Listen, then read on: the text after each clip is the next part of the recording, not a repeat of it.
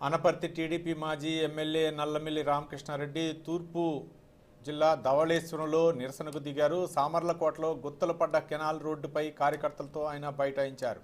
ప్రభుత్వానికి స్థానిక ఎమ్మెల్యేకు వ్యతిరేకంగా నినాదాలు చేశారు. స్థానిక ఎమ్మెల్యే కెనాల్ రోడ్ నిర్మాణంపై దృష్టి సారించలేదని, తూతు మంత్రంగా మరమ్మతులు చేశారని నల్లిమిల్లి విమర్శించారు. అవినీతి మూలంగా నెల రోజులు గడవకుండానే రోడ్లు మళ్లీ శిథిలావస్థకు చేరాయని మండిపడ్డారు. తక్షణమే కెనాల్ రోడ్డు నిర్మాణం చేపట్టాలని ఆయన ప్రభుత్వాన్ని డిమాండ్ చేశారు. కనీసం రోడ్ల నిర్మాణం చేయలేని జగన్మోహన్ రెడ్డి 3 రాజధానులు ఎలా నిర్మిస్తారని నల్లమిల్లి రామకృష్ణారెడ్డి విమర్శించారు. జగన్మోహన్ రెడ్డి ప్రభుత్వం వచ్చిన తర్వాత రోడ్ల పరిస్థితి దారుణంగా తయారైంది. గోతులు పోర్చలేని ముఖ్యమంత్రి 3 రాజధానులు కడతానని గొప్పలు చెప్పుకోవడం అనేది ఆంధ్రప్రదేశ్ రాష్ట్రంలో నెలకొన్న విచిత్రమైన పరిస్థితి.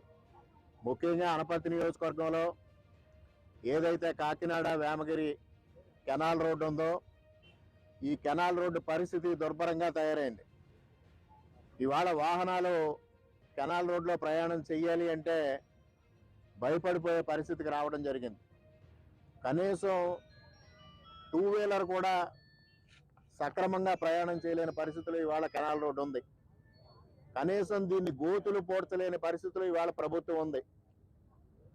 మొన్న నెల రోజుల క్రితం ఏదో మమ అనిపించి కొంతవరకు ప్యాచ్ వర్క్ చేయడం జరిగింది. అది అప్పుడే ఇవాళ మరలా పాడవడం జరుగుతూ ఉంది. మరి 2014-2019 మధ్యలో ఆనాడు కాంట్రాక్టర్ బ్యాక్అవుట్ అవుతున్న పరిస్థితుల్లో ఇంటెన్సివ్ ప్యాచ్ వర్క్ కింద ఆ రోజు 9 కోట్ల రూపాయలు ఓన్లీ ప్యాచ్ వర్క్కి శాంక్షన్ చేయించి